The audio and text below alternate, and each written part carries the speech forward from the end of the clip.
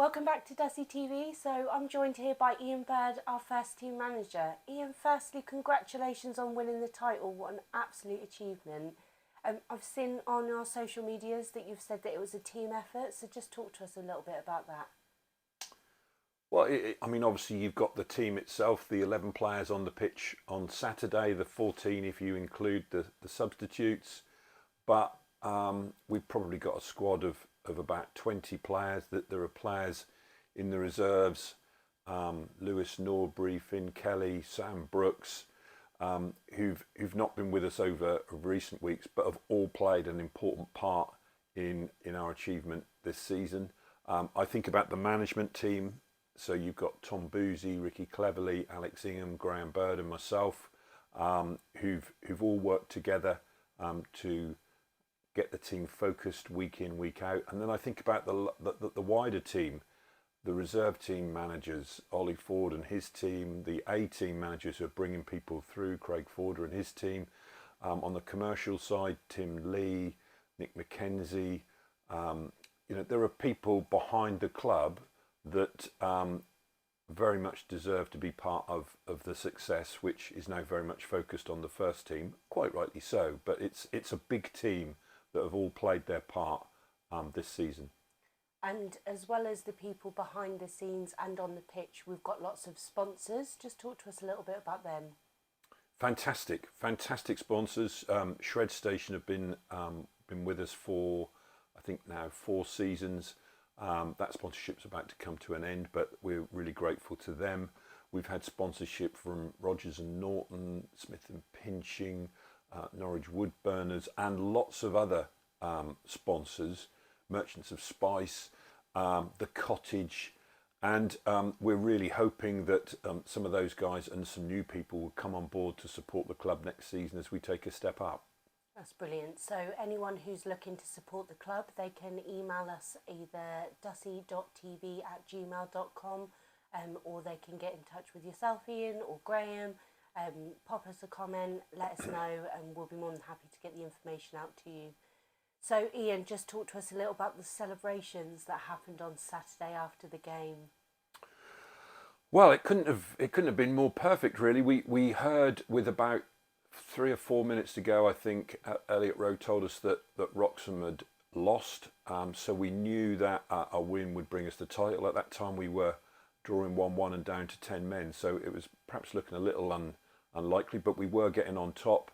And then a great move involving Jack Richardson, James Bullman, put the ball through to Tom Columbine, and he played in Connor Durrant, who slotted home for his second goal of the game. And wild celebrations, as you'd expect. We realised then with just a few moments to go that we were going to win, and that brought us the Sterry Cup. And so there was a lot of us, me included, who woke up on Sunday morning with a sore head, and so quite right too. You've got to celebrate the successes, and very much this Wednesday's game is about celebrating the success, of course, of the team. The focus will be on the team to some extent, but again, trying to emphasise all those people that have been involved. The club is, if I compare us to many clubs in Norfolk, we're a very young club. We were only established as Dussindale Rovers in 2010 when Graham set us up, and we've only become Dussindale and Hellesdon Rovers in 2020, so only 3 years ago, and we've made a rapid rise.